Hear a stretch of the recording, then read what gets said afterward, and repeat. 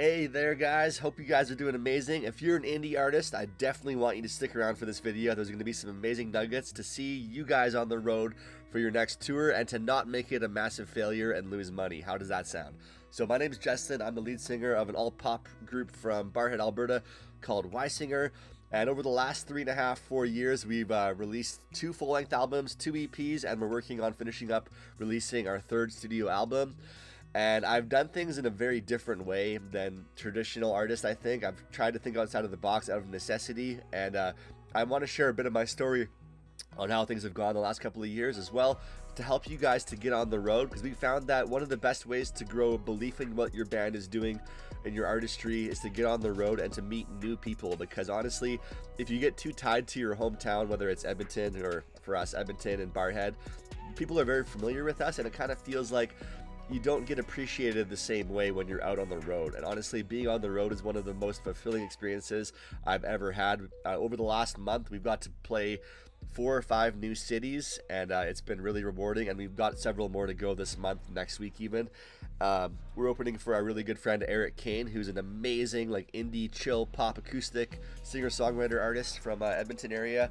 And I want to show you guys a little bit about how the partnership worked out for us to be able to open for him on tour and to not really have to plan any of the dates, just kind of show up and play, and to be able to sell merch and that kind of thing and recoup some of our travel costs and to not lose money while we're on the road. So yeah, a little bit of backstory about me is that I'm actually a stepdad of 2 amazing girls. My wife had 2 girls from a previous marriage years ago, and they're in the elementary, almost junior high phase, going into junior high this year. So obviously there's a lot of excuses one could make, like, wow, you've got a day job, you're a bus driver, you gotta pay the bills, your wife works, you know, you got an Airbnb, how are you guys doing all this stuff? You know, how are you gonna get on the road? How are you gonna make it work? Well, honestly, it's a lot of moving parts, it's a lot of craziness, but the nice thing is that I'm actually off work in the summertime, so I can afford to take off on the road, that kind of thing. But we still have to pay the bills, we still have to, you know, pay the mortgage and all the costs of having a little mini acreage kind of thing. So I'm gonna go back to the start here, and yeah, I think I'm gonna talk about the biggest thing I think that sets artists about is not asking what's in it for you as an artist when you like approach the idea of doing a tour, but how can you bring the most value is one of the best things. One of the best mindset switches to go into this kind of thing is, how can I bring value to a headlining artist? How can I bring value and be like absolutely irreplaceable, where I provide so much value? You know, when you have the big ask and you say, hey, can I open for you on tour? It's a unanimous yes, yes, yes, because they actually need what you have to offer, and you're actually going to make their tour better. You're going to make their content better. You're going to make things go more smoothly because of it. So a couple months ago, my buddy Eric was talking about his Western Canada tour.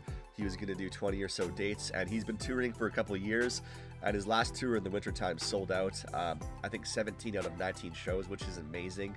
But he did things a little bit differently, and we're going to have him on my YouTube channel to talk about his process too, probably in the coming weeks or so after this tour is over. But I'm like, dude, how are you doing this? Like, you're posting little Facebook ads and TikTok ads, you're making lots of content, but he was selling out 50, 60, 70 cap venues one after another kind of thing, and I'm like, man, this is super exciting. And I know it, you know, 50 or 60 cap venues doesn't sound crazy, but it honestly, if you're doing that 3, 4, 5 times a week on weeknights kind of thing, he avoided weekends lots of the time. If you're doing that weekly, that's a couple grand a week, right? And he also negotiated with lots of the venues to not have to pay a rental fee for the venue. It's kind of an exchange where the restaurant or bistro or cafe would make money selling drinks and food in exchange for Eric bringing the people out, you know, targeting ads, bringing fans, emailing people, messaging people, bringing them out. So I thought that was a really cool format, and the app he uses is actually called sidedoor.access. It's opened by, it's a very alternative way of doing ticketing, a platform opened by Dan Mangan, who's a Canadian indie folk rock artist from out east. And they're really killing it, but they really need more people to use the app and engage. It's not limited to Canada, it's across North America. I'll post some little clips here later and links in the description here. You can check out Side Door Access as well. But it's a way for indie artists to make any venue a ticketed event. You don't have to have, you don't have to use Ticketmaster or TicketWeb or anything like that. You can literally go direct to consumer, direct through this app, and make somebody's basement, somebody's backyard, somebody's cafe, and you can list them on this app and have them part of the network, so when bands are touring in the future, they can do this. So one of the things we did before, I'm going to backtrack to February, Eric wanted to play a show in our area in the town of Barhead. There's about 7,000 people, and I thought it was really cool. Like, there was a really great cafe slash garden center called De Hurt. And I'm like, hey, we could probably do a show in the back, in the greenhouse area. It's still warm in the winter time. Why don't we do like get 40, 50 people back there? So we talked to the garden center. I gave Eric their info and we booked that up, and we literally sold it out. There was over 60 people. It was capped at 50, but we had, I think, 65 people come out to the show.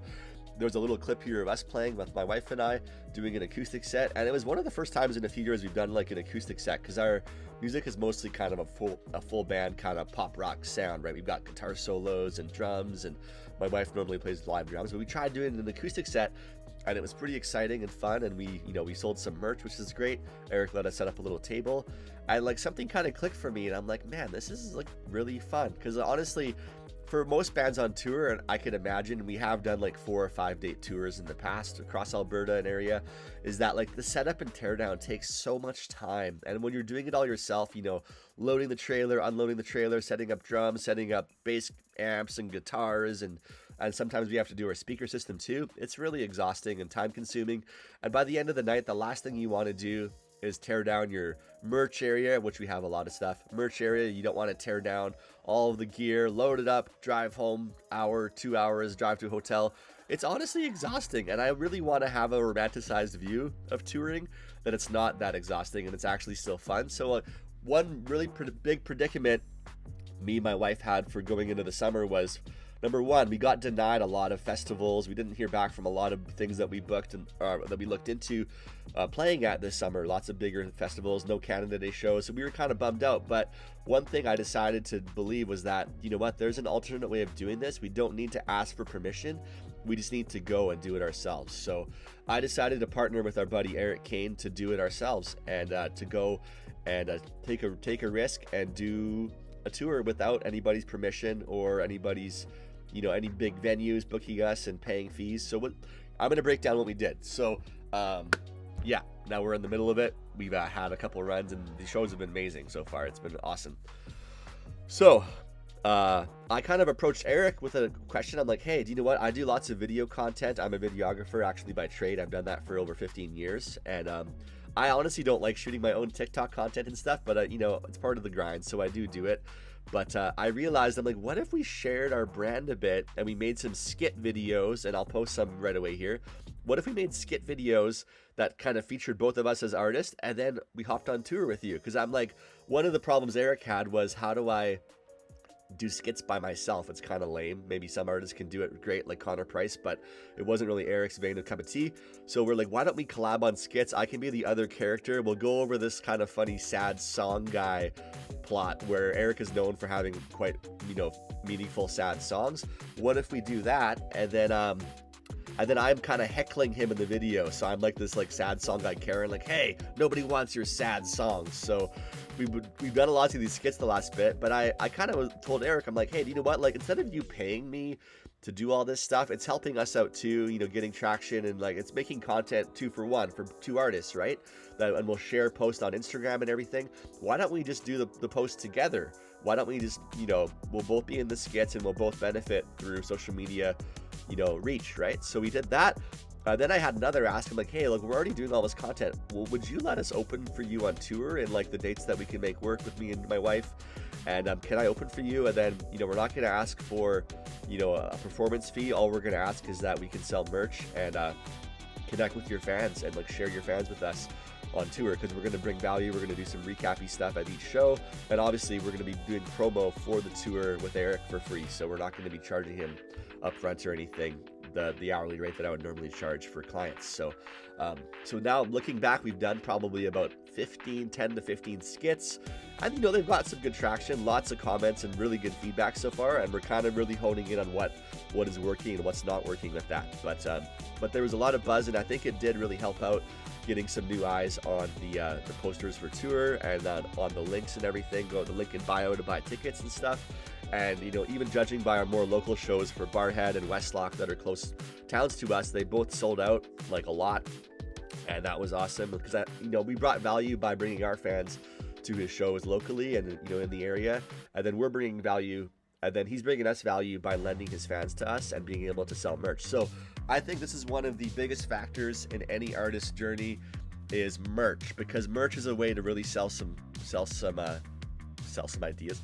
Merch is a great way to monetize your brand, monetize your show, but there's honestly a big gap between having like okay merch and having merch that people are just like really wanting to have. Now our whole brand is music for fun people, and me and my wife really live by that. So one of the things that we realized is that we have to have fun merch. We have to do it in a way that like people look at it and they're like, this is so fun. You know, it has to sync up with whatever your brand is.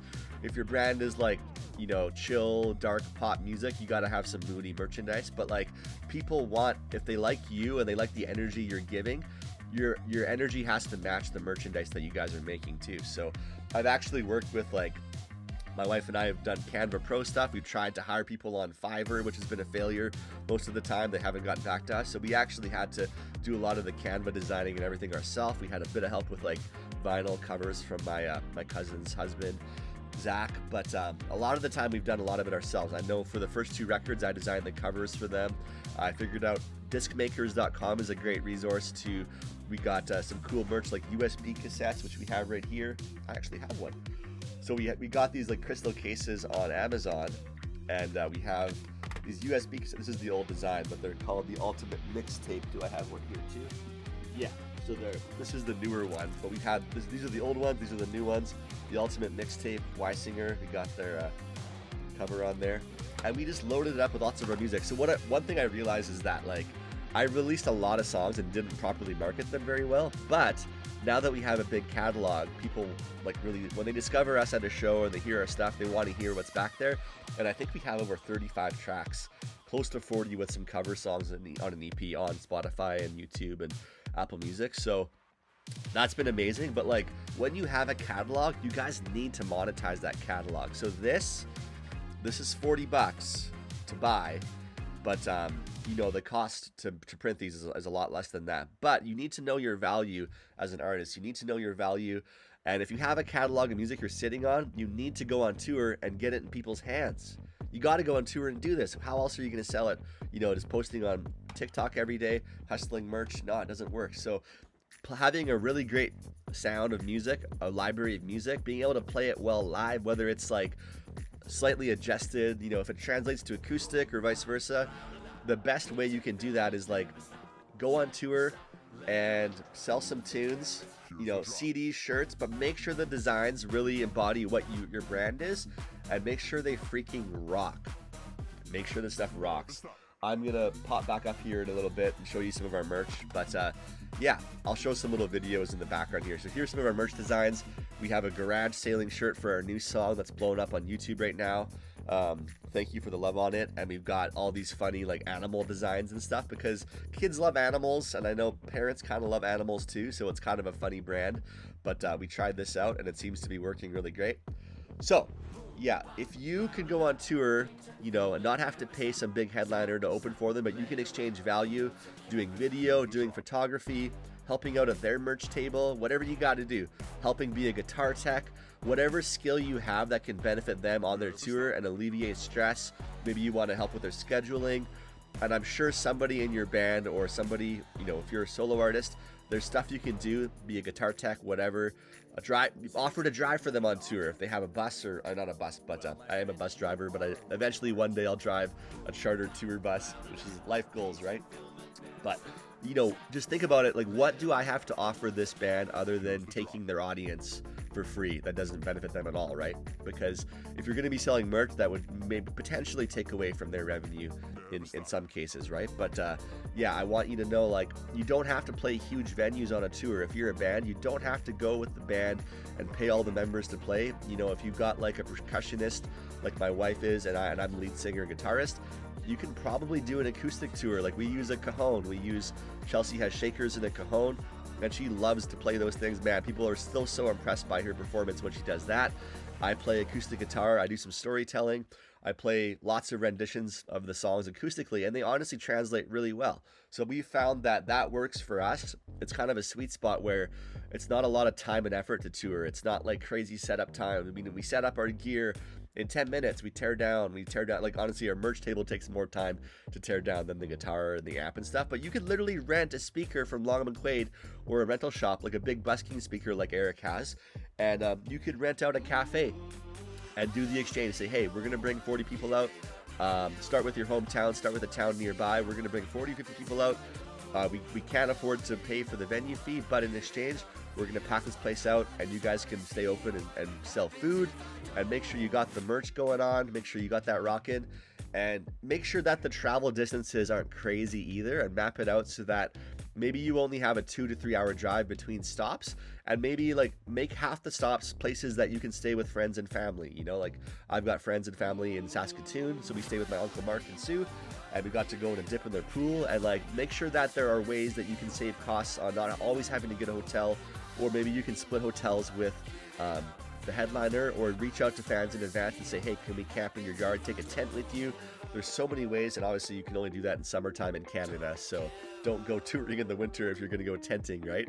But there's so many ways to save money and add value, and realize that, like, we've had 4 shows now: Calgary, Calgary, Saskatoon, Barhead, and Westlock so far with Eric's tour, and I know we've sold over, this isn't in Canadian dollars, we've sold over well over, I think around $1,000 of merchandise, which is awesome. You know, like, obviously there's still costs for travel and everything, but like the biggest thing is that people are finding out about us, and at least we're breaking even, you know, on gas and that kind of thing. We had a B&B, we split with Eric in Calgary, but at least we're like more than breaking even, and we're getting our brand out there, we're getting out merchandise, we're getting hats out there, and people are realizing that they're discovering us in a live setting where they get to meet us, they get to chat with you, and honestly, it builds so much momentum and belief. I think if I could have looked back and done this earlier, I would have, because like we've met so many new people, we've made so many new fans and connections. I even had a fan and a friend that we had a Zoom call for an hour, and she wants to hire us to do some video for her, so we're going to do some shows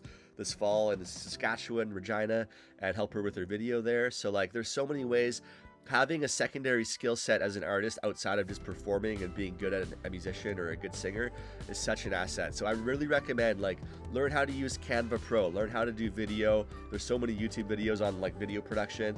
And honestly, in half a day, if you spend 6 or 8 hours on Canva tutorials, you could literally be like, hey, I want to go on tour with you. Can I design your next merch set? And you could design merch for the headlining artists. You could design tour posters. You could sell the tour posters, you know, to that artist. You could even, you know, friggin' buy your own heat press and print designs. We have we used to do like Cricut cutting for designs, so we like Cricut vinyl out, and my wife would cut me to like pick it, and we would pull it and all that kind of thing. But we literally did that all ourselves, guys. All of our merch used to be like picking designs and doing the Canva thing, and like using an iron to like iron on the designs, you know, totally DIY, which is great. But when you don't have a lot of startup money, you know, we were kind of broke when we started. I lost money in crypto, so we were kind of just giving her all we had and trying to find ways to save costs and sell merch and do that kind of thing. But like, these suckers have been amazing. We've sold probably almost close to 100 of them, and I know, think about that, like 100 times $40 is, you know, a couple $1,000, right? So yeah, so the big takeaways I think is if you want to open for an artist on tour, don't do it by yourself. You know, I would say find an artist who has a bit of a credible fan base, who has a bit of momentum going. You know, lean into that relationship, and make sure you don't like go for the jugular. Maybe you have some friends who are like 5 or 10 steps ahead of you in music. Maybe they've already done some out-of-town shows. Chat with them and just see how you can add value to their story, how you can add value to what they're doing. And really, honestly, it's gonna be huge, because they're gonna be like, yeah, this guy actually cares about what I'm doing, this person cares about my success. And honestly, when you go together like that, when you go together, you grow together, honestly. And I found that I've grown so much as an artist and a performer by getting the heck out of my comfort zone, getting out of the familiarity of Barhead, getting out of our own town, and like getting out of the resentment of like, oh, my friends and family don't really support us. But that's not their job, right? Their job is to, you know, view you in a certain way that they've viewed you for the last 10, 20 years, right? They don't see you in the light of your dreams or your ambitions. So you have to find people who see you in the light of your dreams. And I find touring is one of those ways where people really get it. When people really, when they see you for the first time, they're captivated. Like, we've had people crying at our shows. We've had people like connecting with us. I'm actually connecting with a kid tonight.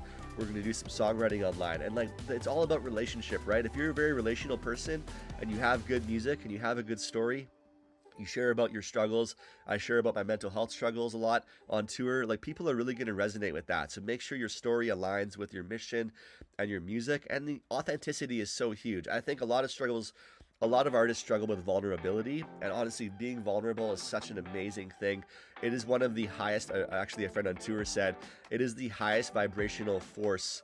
It's the highest vibration available to us as human beings, is the vibration, the frequency of vulnerability. So if you carry that with you in your messaging at tours, people are going to resonate with that, and they're going to want to partner with you and support you. Even if they don't need a new shirt or a hoodie, they're going to buy it because they want to support you and they want to encourage you in your journey. So those are some nuggets. I hope that made sense. I'm going to do more of this, but I really want to have my buddy Eric on the next little video, the longer form video, to talk about his process in starting the tour, kind of like the hardships, the wins, the losses along the way, and some tricks that he's went through. And I think this could potentially turn into some kind of podcast, but I really wanted to hop on today and add some value, because I've posted a lot of like music videos and stuff, but I haven't added value, and I feel like I've got a lot of nuggets to share and a lot of wisdom to share. So yeah, guys, I hope that helped. I am going to sign off for now, but let me know in the comments where you're from, what you want to learn about music wise. Happy to. I've been in this for 5 years, but I've also been in bands previous to that for like 10 years ago kind of thing. So I've been doing music in some capacity, doing lots of music videos for artists for the last 15 years. So if you have any questions about video, I could do a video tutorial on how to edit a music video for cheap. I've got so many other ideas for videos, and I think it's going to be really valuable for you guys to tune in. So yeah, I hope this inspires you to get on the road. I hope it inspires you to, you know, grab a tent, grab your guitar, grab your drummer, grab a cajon, grab a $500 of merch, and take a risk on yourself. You know, don't be afraid to ask. That's the big thing too, guys. Don't be afraid to ask permission. You know, like if you've got a buddy who's on the road, you know, just say, hey, like, can I play 3 or 4 songs on your tour? If I bring value to you, what you're doing already? I want to be your tour manager. I want to help out with your merch. I want to help out with video on tour. I'll make a daily recap of your show in exchange for playing 4 songs on your tour with my acoustic guitar, that kind of thing. We actually have a buddy, Martin, who opened up for Dermot Kennedy across Canada, and he probably got to play about 5 songs in stadiums across Canada, and it was just him and his guitar. But that kind of thing doesn't happen if you don't build relationships, right? If you don't build relationships with managers, with promoters and bookers. But you got to think outside the box. Don't be afraid to think outside the box and carve your own path. My buddy Eric hasn't been afraid to think outside the box and carve his own path, carve his own journey, because no one's gonna give you permission. You got to give yourself permission, right? If you really believe that music is something that you want to do forever, if it's something that's just so deeply part of who you are that you want to share that part of your soul with the world, you need to carve your own path and really think about what creative ways can you do it? What creative ways can you think outside the box and carve your own path and journey, and have a little bit of success along the way. Be able to eventually, I think by this time next year, we'd like to be able to, you know, relax our jobs and that kind of thing, and maybe even quit some of our jobs. I mean, busing's really flexible for me because I drive a school bus in the year, then 2 months of the summer's off, so I don't have to quit that job per se, but I just save a little extra to have some money in the summer. I mean, I even do songwriting camps. Hey, maybe you want to host teenagers to do a songwriting camp, that kind of thing. I'll do a separate video about that, but how I approached the library and I've done 3 songwriting camps. I've had kids featured on our new songs on the album, like songs like Fearless they helped write, and they're on their new records. So I'm gonna probably do that one next, probably about how to monetize your songwriting gift and production gift. So yeah, I hope that helped, guys. This was a lot of fun. I know it was a long video, but I hope it brought you a lot of value. I'm gonna add subtitles so you can check it out. Our new song Garage Sailing is on Spotify and all platforms. Definitely check it out. Our new video for that is up and it's popping off on YouTube. We've been getting lots of love for that. Yeah, maybe you can watch this a quarter faster and then you'll be get through faster. But I hope it's brought you some value. I hope you learned something or two. And honestly, we've got so pumped. We're gonna do some more tour recaps the coming week. We have 3 shows and then a few more with Eric the rest of the summer. And yeah, I appreciate you guys for tuning in. I'll do more of this stuff, and I really love connecting with you all. And I hope that this can help you, give you some ideas to be able to tour in your own project, wherever you find yourself. If you're in the States or the Netherlands or England, there's so many ways to think outside the box and to add value to yourself, to your artistry, to the audience, and build fans and make some money along the way. So yeah, take care, guys. See ya.